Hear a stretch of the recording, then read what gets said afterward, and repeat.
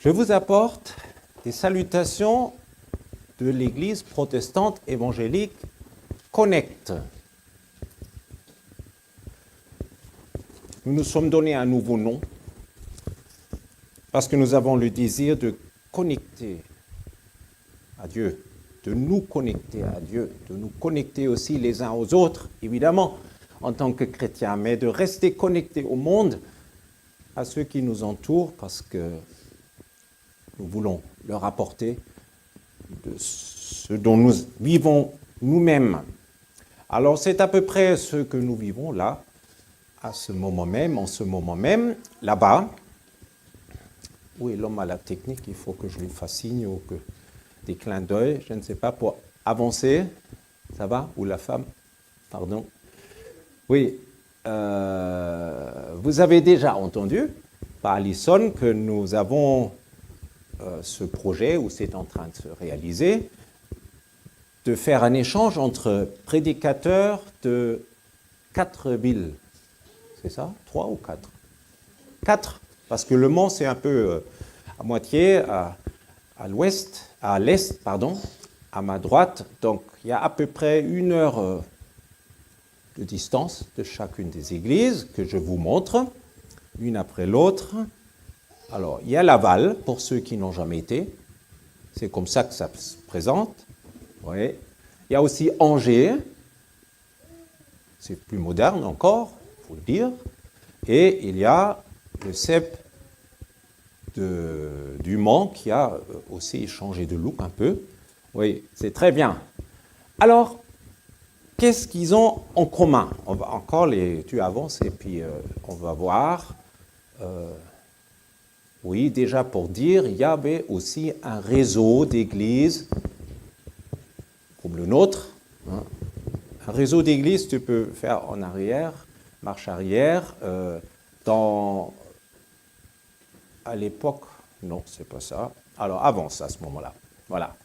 Hein, du pourtour de la Méditerranée du temps de l'apôtre Paul, qui a voyagé notamment pendant son premier voyage missionnaire, comme on dit, là, de la Palestine ou de la Syrie jusqu'en Turquie actuelle. Et il y avait un petit réseau d'églises appelé les Galates, en Galatie.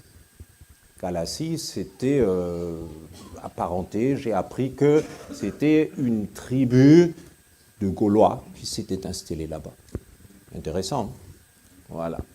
Un réseau d'églises comme nous sommes, tel que nous sommes, et j'attire votre attention sur, est-ce qu'en avançant, non. Alors il faut reculer, je suis désolé. Ouais. J'attire votre attention sur les logos. On peut faire marche arrière. Encore. Voilà. Regardez les logos. Bon, le vôtre, vous le connaissez. Encore. Celui d'Angers. Ah, la bonne nouvelle, n'en a pas? Si? Oui. IBN et encore Connect. Qu'est-ce qu'ils ont en commun? Qu'est-ce que les églises ont choisi comme logo qui est ressemblant, bien que très très différents les uns des autres? Oui, j'ai entendu le mot. La croix. La croix. Curieux, non? Qui leur a donné cette idée-là? Alors, en avançant, je me suis dit, les Galates, eux, auraient pu avoir un logo aussi. On peut revenir aux Galates et avancer à partir de là. Oui, c'est celui-ci. Pourquoi? Il y avait un marteau, mais surtout, il y avait un livre, un code de la loi. C'est la loi qui les réunissait. La loi. Mais oui, des choses à faire. Et quand on ouvre le livre aux Galates, la lettre que Paul a écrite à ce réseau d'églises, nous lisons dès les premières pages, chapitre 1, verset 6, pour ceux qui ont une Bible devant eux. Je m'étonne de la rapidité avec laquelle vous abandonnez quoi? Celui qui vous a appelé par la grâce du Christ que vous avez. Non, c'est pas ça. Reste avant. Non, en arrière. Oui, voilà. Et encore arrière. Bien. Abandonner quoi? Le message du Christ, le message de la croix, pour accepter un autre message.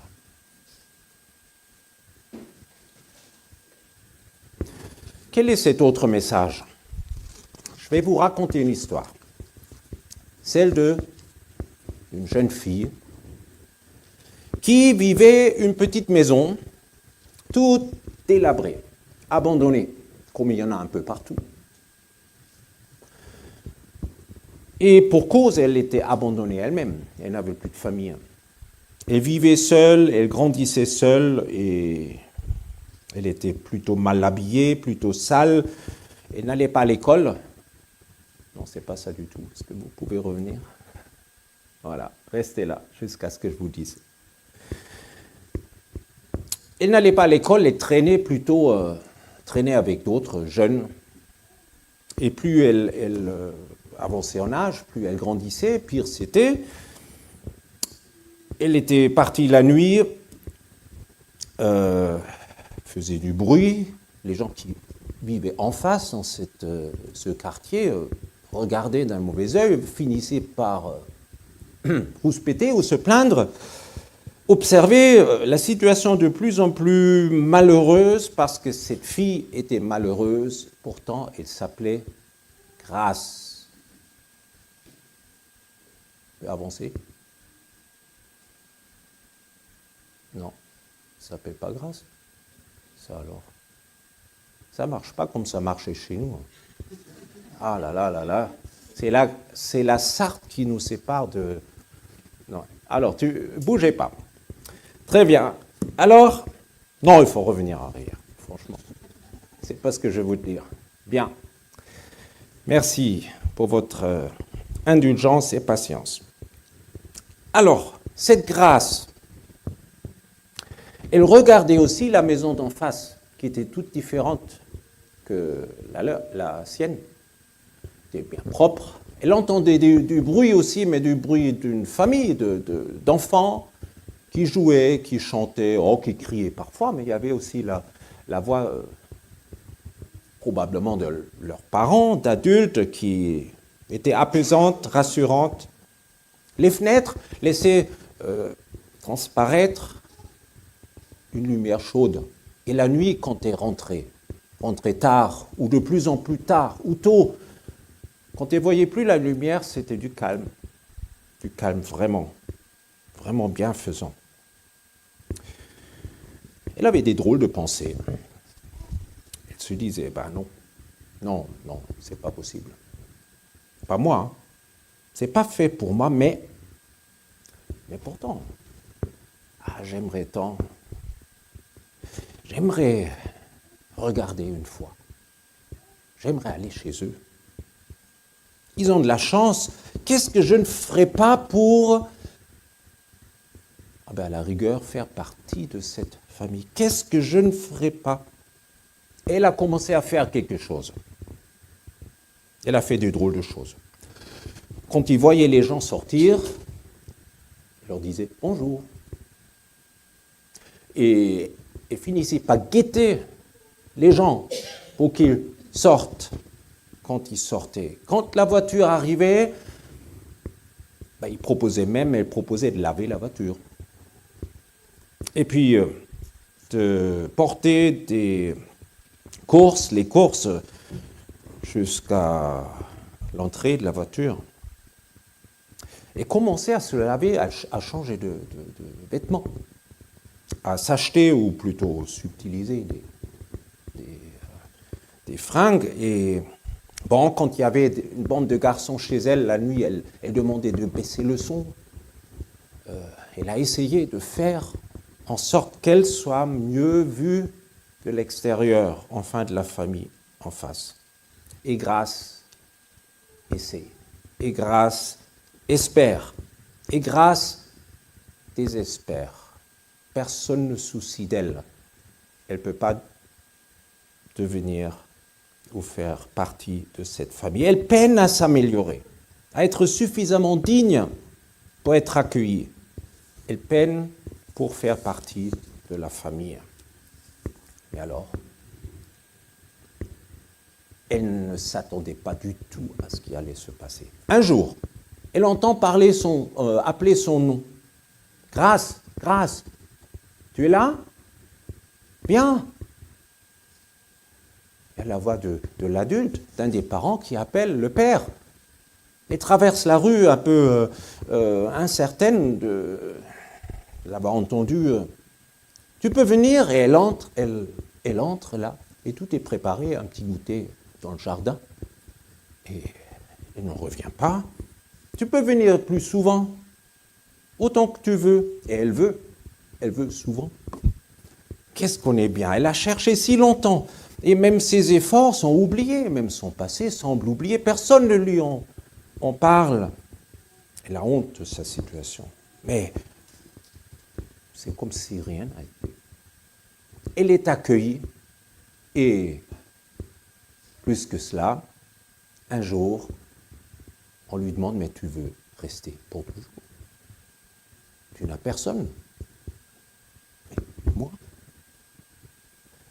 Et elle finit par, oui, vous lisez bien, adopter dans cette famille où il y en a déjà beaucoup. Et elle finit par comprendre que les uns et les autres étaient un peu dans la situation qu'elle a connue, elle, tous adoptés. D'abord, elle a du mal à s'y retrouver, mais finalement, elle ose être touchée par les autres, elle leur saute dans les bras, les larmes aux yeux. Oui, elle finira par pleurer toutes les larmes de sa vie jusqu'ici. Oui, c'est par quel mobile, c'est pourquoi elle est admise dans cette famille. Elle est aimée. La seule raison pour laquelle elle est accueillie, acceptée. Oui, on lui dit, on t'a vu depuis si longtemps, nous voulions tellement t'avoir dans notre famille. Sois la bienvenue.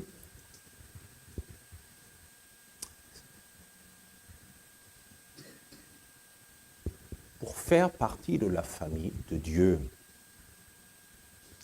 ce n'est pas nous qui devons faire des choses. Ça ne marche pas. Gardons en tête la deuxième phrase qui va nous aider par la suite. Grâce a fini par comprendre la signification de son nom. La grâce, ce n'est pas mérité. La grâce, ce n'est pas ce que je fais qui doit impressionner Dieu. Pour qu'enfin je mérite un peu de faire partie de son Église ou de l'avoir pour père, pour être pardonné et renouvelé. Non, non. Il faut un accueil inconditionnel, un pardon complet qui ne dépend pas de moi. Une adoption effective par pure bonté et bienveillance. Un amour authentique, quoi qu'il arrive, qui ne change pas comme des parents qui ont des enfants et même s'ils font fausse route, qui disent la porte est toujours ouverte, tu peux revenir, tu restes mon fils, tu restes ma fille. Dans Galates 3,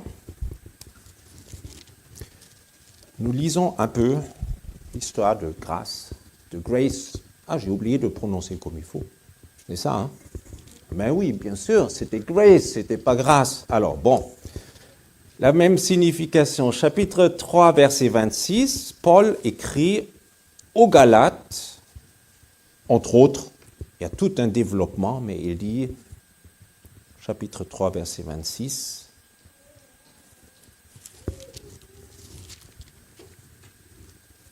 maintenant, par la foi en Jésus-Christ, vous êtes tous fils, filles de Dieu. La foi rime avec loi, hein, mais attention, à ne pas confondre. La loi rime avec doit. Tu ne dois faire, tu dois faire. Il te faut ceci encore. Et curieusement, on n'a jamais de certitude si c'est assez fait, assez essayé. chapitre 2, verset 20, Paul dit de sa propre vie de foi, ce n'est plus moi qui vis, qui fait, qui doit. C'est le Christ qui vit en moi.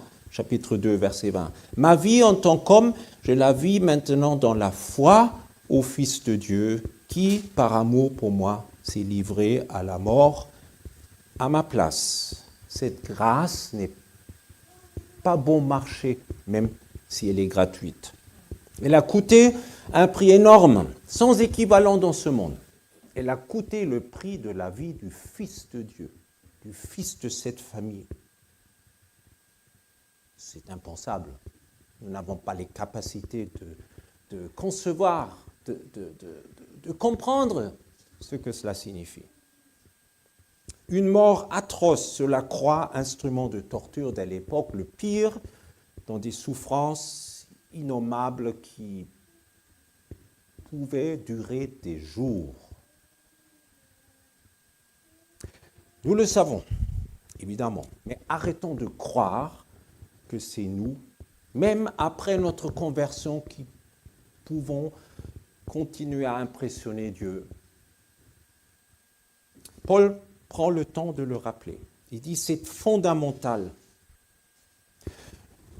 Une des questions que je pose pendant les préparations au baptême, aux jeunes et moins jeunes, je dis qu'est-ce qu'un chrétien ?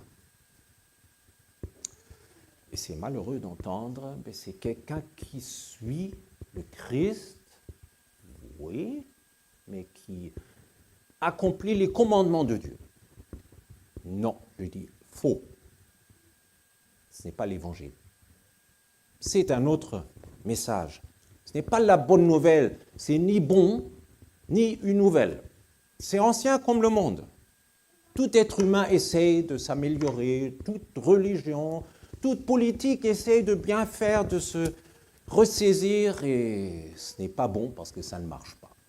Et les gens qui prétendent, qui font comme si ça marchait, deviennent des hypocrites et des pharisiens.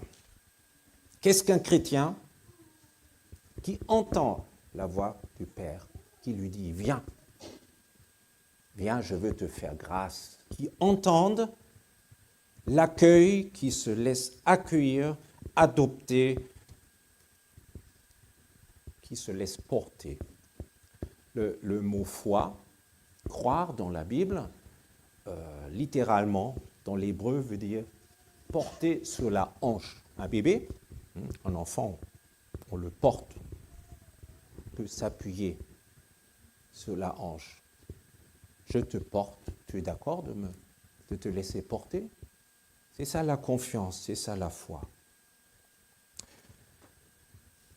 Est-ce que vous faites partie de cette famille ? Est-ce que vous êtes sûr d'être accepté, de faire partie ? Est-ce que vous vous savez aimer ? Est-ce que vous vous réjouissez ? Vous savourez cette vie de famille ? Alors on va lire de cette belle vie de famille, n'est-ce pas ? Ça va nous réconforter. Chapitre 6, verset 1. Frères et sœurs, si un homme vient à être surpris en faute, oh là, c'est peut-être pas le bon verset. Si, c'est la technique. Et pourtant, je l'ai noté. Si, c'est le bon verset. C'est le bon verset. Et on m'avait dit de prêcher sur chapitre 6, 1 à 10. Pourquoi ? Parce que c'est réaliste. Tout le monde sait que dans les meilleures familles, ça ne se passe pas toujours bien. Ce que Grace a découvert, c'est comme beaucoup de gens qui deviennent chrétiens, qui sont tout feu, tout flamme, qui sont impressionnés comment c'est bien la communion fraternelle, les gens sont si gentils, et un jour, c'est la crise, c'est la douche froide, ils se taisent, ils se retirent presque, certains ne viennent plus, parce qu'ils ont été déçus, pas l'un, pas l'autre. Des chrétiens, des frères et sœurs, et puis il y avait des fautes. Oui, il y avait des fautes. Il jamais de mauvaise langue. Il y a des gens qui se sont mis en avant. Il y a des gens qui n'ont pas tenu parole, qui ont entraîné d'autres un peu. Il y avait des clans, un peu de zizanie, parfois de l'abus de confiance, l'abus d'autorité. Il y a des abus pires encore, sexuels. Ça existe dans la famille de Dieu. Frères et sœurs, si un homme vient à être surpris en faute, quoi faire? On ne peut pas laisser passer. Alors, avançons. Et on va lire le texte entier. Quoi faire si quelqu'un s'est laissé surprendre par quelque faute? Vous, qui êtes spirituel, redressez-le dans un esprit de douceur et veille sur toi-même, de peur que toi aussi tu ne sois tenté. Portez les fardeaux les uns des autres et accomplissez ainsi la loi de Christ. La loi de Christ. Si quelqu'un pense être quelque chose alors qu'il n'est rien, il se trompe lui-même. Que chacun examine ses propres œuvres et alors il aura de quoi être fier par rapport à lui seul et non pas par comparaison avec un autre, car chacun portera sa propre responsabilité. Qu'est-ce qu'on doit faire? On va avancer. Vis-à-vis de notre frère faible, agir par la loi, exclure, condamner ou quitter l'Église pour en chercher une meilleure. Comment traiter le problème de la faute dans mon Église? Paul dit, occupe-toi de ton frère faible, de ton frère, de ta sœur faible. Pourquoi il dit ça? Et là, regardons bien les mots.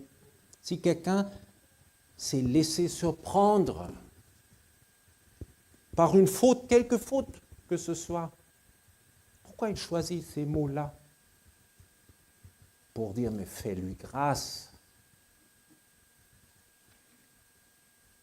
Ce n'est pas à toi de juger d'abord. Ce n'est pas à toi d'accuser. Et un accusateur, il existe déjà. Il fait bien son travail. Sois aussi un défenseur comme l'Esprit de Dieu, parce que vous êtes des gens remplis de l'Esprit spirituel. Encore avancer, fais-lui grâce, ça veut dire aussi accueille-le, ramène-le sur le bon chemin. Ah oui, c'est ce qu'on dit. Faut qu'on le ramène sur le bon chemin. Mais ramenez-le, ça veut dire essayer de corriger sa trajectoire. Redresser un membre tordu ou cassé, fracturé. Réparer avec douceur. Avec douceur. Chapitre 5, verset 22. Quelques phrases avant, Paul parle du fruit de l'esprit, de cet esprit de famille. L'amour, la joie, la paix, la patience, l'amabilité, la bonté, la fidélité, la douceur. Oui, ici, la parole de Dieu insiste sur la façon de traiter le péché. Quelle attitude? Il ne dit pas concrètement ce qu'il faut faire. Là, Jésus en parle, chapitre 18, l'Évangile selon Matthieu. Oui, selon la sorte de faux pas, parce que ici le mot parle de faux pas, d'avoir trébuché, d'être tombé avec cette intention de relever, de gagner son frère, dit Jésus dans Matthieu 18.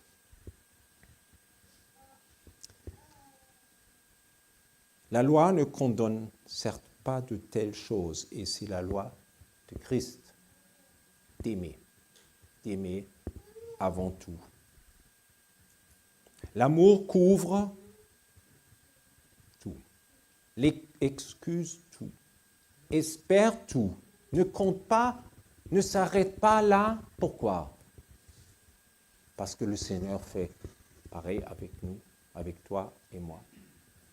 Et alors, ces fardeaux-là, qui sont des fardeaux personnels et qui concernent parfois l'Église, évidemment, ce n'est pas que ça ne peut pas nous arriver. T'arriver, et là, il devient personnel, il parle la première personne.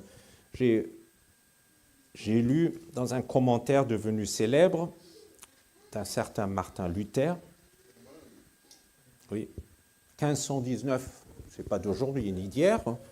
Alors il dit, et il cite encore quelqu'un de plus ancien, Saint Augustin. Oui, tu le connais, hein? Oui, 400 après Jésus-Christ. Un homme converti suite aux prières de sa maman, de longues années de prière.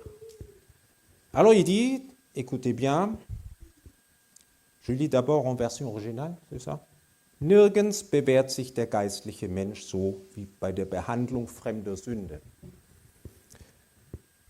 Nulle part l'homme spirituel fait preuve de sa spiritualité que dans ce domaine-là, de traiter les péchés de son frère.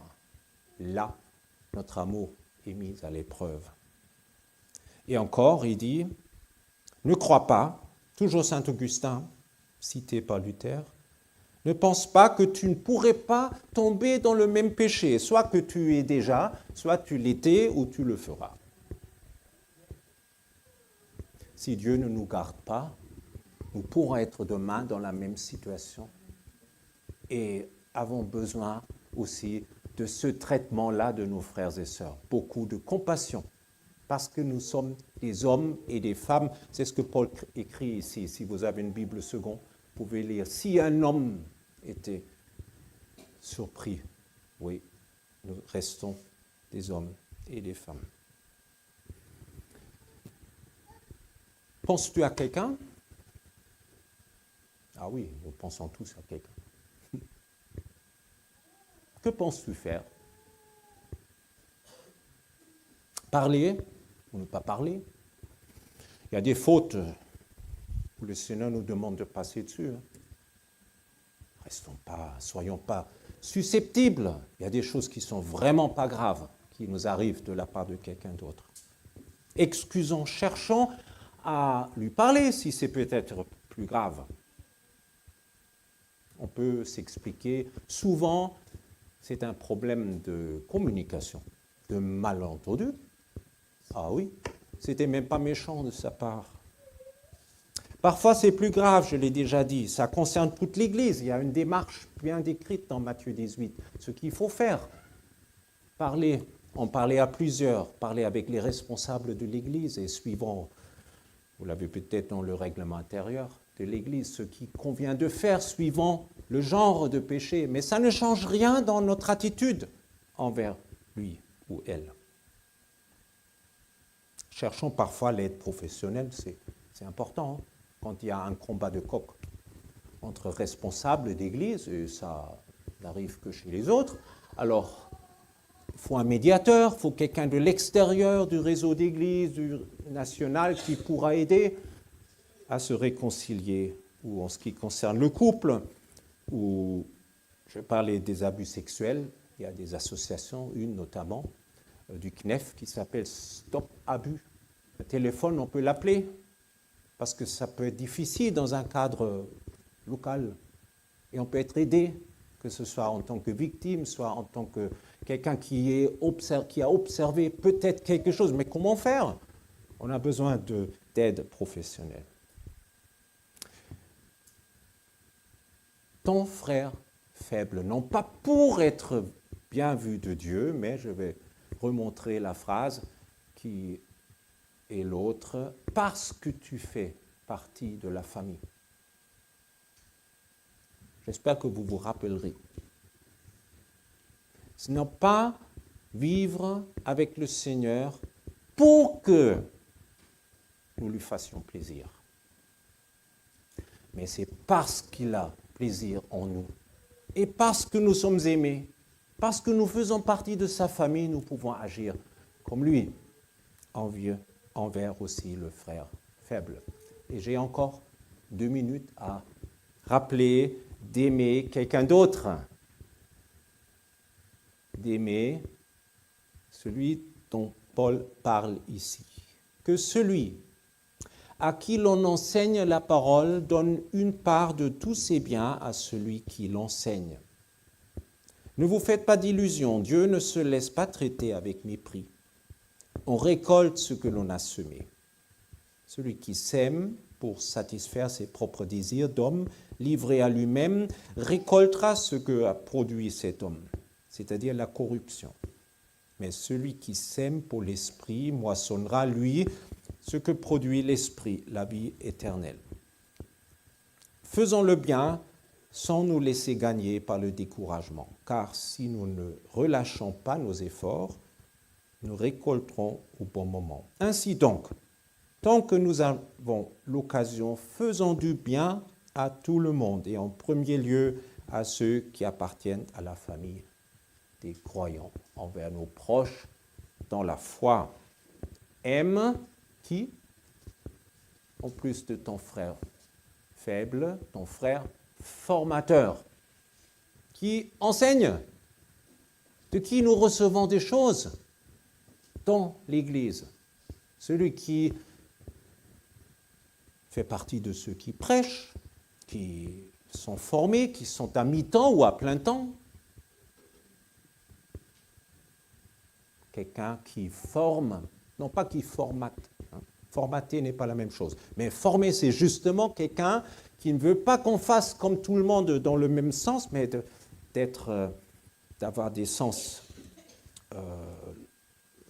aiguisés et de savoir comment comprendre la Bible, la vie d'Église, la vie chrétienne, d'être armé contre toutes sortes de déviations et de pratiquer cette vie-là. Pour faire de nous des chrétiens mûrs, Dieu a appelé des formateurs. Il est normal de les soutenir. Voilà ce qu'il dit. Soutiens-le, aime-le, sème. Ah, je me suis posé la question, mais ne vous trompez pas, ne vous faites pas d'illusions, et puis Dieu parle de la semence. Et que ça a affaire à lui. Est-ce que ça veut dire plus on donne, mieux c'est? Plus tu donnes, mieux c'est. Plus tu donnes, plus tu es béni. C'est ça, hein? Surtout si tu donnes la dîme, mais vraiment. Hein? En plus, les offrandes, j'ai entendu cette expression. On fait des dîmes et des offrandes, alors c'est en plus, j'imagine. Mieux, c'est vu par Dieu. Je fais ça pour que Dieu soit content. Et l'Église, hein, la trésorière et peut-être le président, parce qu'il voit aussi les comptes et les chiffres.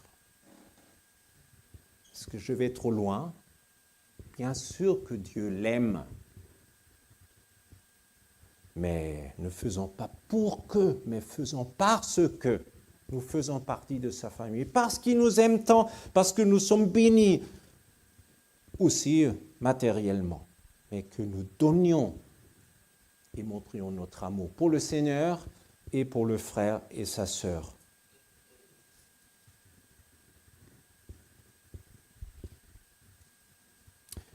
Je pense à cet homme dont Jésus parle, qui est un bon économe, hein, cet agriculteur qui a bien prévu à agrandir ses granges, ses réserves, parce que ça rapportait bien, ça rapportait encore, et voilà, il était content. Il a dit maintenant c'est bien, je serai bien, j'aurai ma retraite à 50 ans parce que j'ai bien bossé. Non, non, non, dit Jésus, idiot! Mais alors, tu te rends compte pour qui c'est? Tu n'as pas investi pour d'autres, tu n'as pas investi pour moi. C'est à Dieu que tu donnes. Tu penses à lui, tu penses à l'avenir. Tout vient de lui et tout lui appartient. Ne restons pas attachés, dominés par nos biens, par notre argent. Ça existe.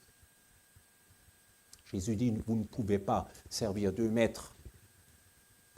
L'argent ne soit pas ton maître, mais un instrument qui te permet de vivre et de nourrir et de faire du bien à ceux qui vous servent, qui vous enseignent et vous forment. J'aime bien les jeux de mots, vous le savez. Vous le savez maintenant. Donnons sérieusement. Donnons généreusement. C'est la parole de Dieu qui nous le rappelle dans la lettre aux Corinthiens, la plume de Paul. Et encore une fois, non pas pour que, mais parce que. Donnons librement. Nous sommes dans des églises, je pense la vôtre, c'est pareil, où nous ne sommes pas contraints. On ne regarde pas. Justement, donnons librement.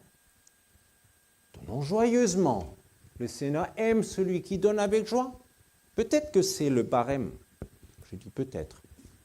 J'ose dire, la somme que tu mets de côté, celle où tu es heureux de la donner. C'est peut-être ce que le Seigneur attend. Avec une bonne conscience et avec joie. Donnons intelligemment. Avec intelligence, pas un peu partout.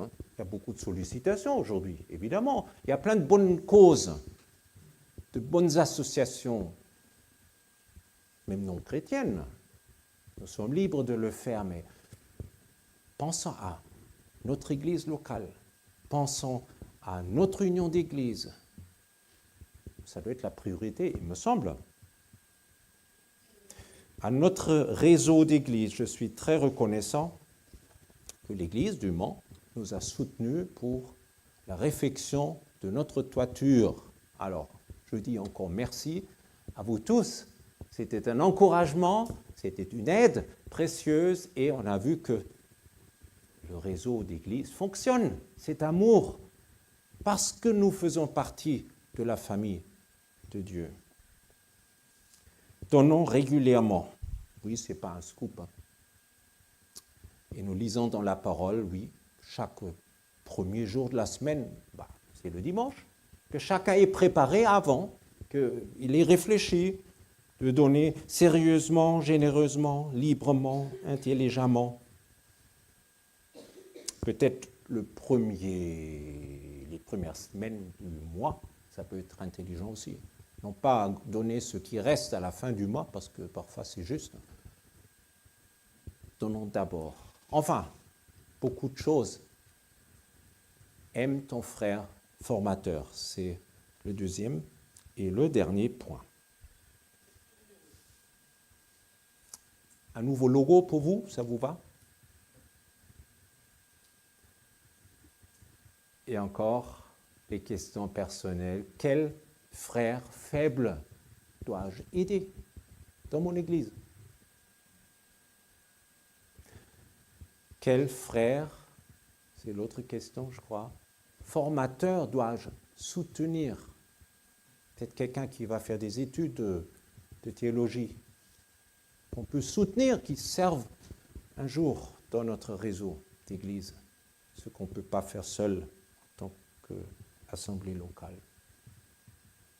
Donnons, aimons, parce qu'il nous a aimés le premier et il nous aime toujours.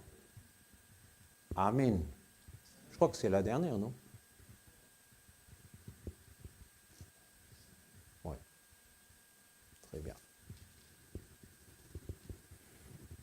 Prions. Notre Père, qui est aux cieux et qui est venu ici-bas, parmi nous, qui nous a appelés avec amour, Seigneur, nous n'avons rien mérité, mais nous pouvons faire partie de ta famille. Nous avons ce privilège de connaître une vie de famille, d'église, et avec tout ce que cela comporte, avec des défis, avec des défauts. Seigneur, aide-nous à aimer comme toi tu aimes, à bien traiter le péché, mais aussi traiter notre rapport à l'argent, au soutien fraternel. Seigneur, aide-nous, aide nos églises respectives. Et merci car tu vas le faire. Au nom de Jésus. Amen. C'était 2 minutes françaises, excusez-moi.